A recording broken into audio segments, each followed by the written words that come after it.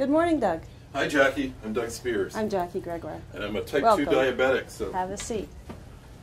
I understand from your doctor's referral that you've had 3 years of lived experience with diabetes. Well, actually, I mean, I've sort of had it for a while, but I've only been kind of serious or kind of acknowledged that I have it for you know, and actually seeing people about it for a few years now. So I think for a while I just sort of treated diabetes, type 2 diabetes, by closing my eyes and pretending I didn't have it, and apparently that doesn't work very well. I brought my blood meter, so maybe I could test my blood and show you what we'll see what it's at this morning, and you can tell me what you think. Sure, good idea. Okay, let's get some blood going.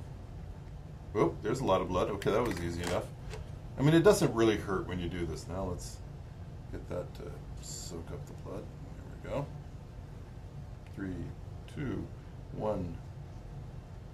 9.6, which for the morning and not having had breakfast is not, I mean, it's higher than the recommended target, which is 4 to 7 before meals.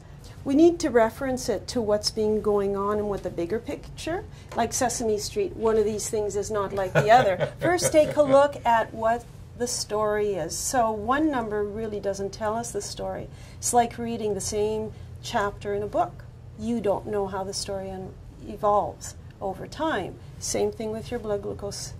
We have a way of measuring your overall blood glucose control for the previous 3 months. It's called the A1C, and it's a test ordered by your physician, and the ultimate target is to achieve an A1C of 7% or lower. To achieve a 7% or lower, you need to have an overall pattern, not just one number, but an overall pattern of results within that range. This is a one that demonstrates an A1C of 7% or lower.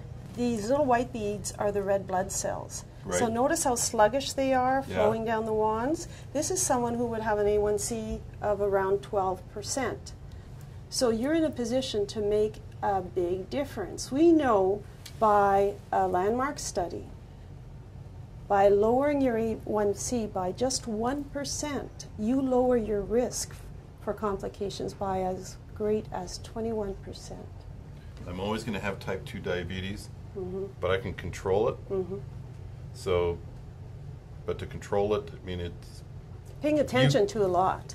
You can't do it for me. I have to do it. So that's what we do here at the Youville Centre, is that, you know, I have to come in and learn how to be the captain of my own ship.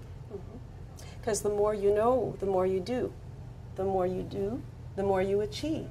But no one says people have to do it alone. I've been told this is not a punishment on fat, lazy people, that that it's an actual disease. You know, that it's, you know, there is genetic factors to it, and so it's not just a punishment for me being a big dumb guy. Guilt is one of the feelings many people share, anger and denial. But it's important that people work through these feelings, because the ultimate is accepting that diabetes is part of your life, not shouldn't take over your life, but you finding a way to weave it into your everyday life. Jackie, thanks so much for taking the time to talk to me. Yes. You're only part of the team here, so is there somebody else I need to talk to about that can help me kind of better control my diabetes? Yeah, one of the cornerstones to managing your diabetes is nutrition, and we do have the dietitian. Her name is Alana, and she's ready to meet with you. Okay, I'm afraid of her almost more than you. Don't be afraid. Okay. Don't be afraid. Thank you, Jackie.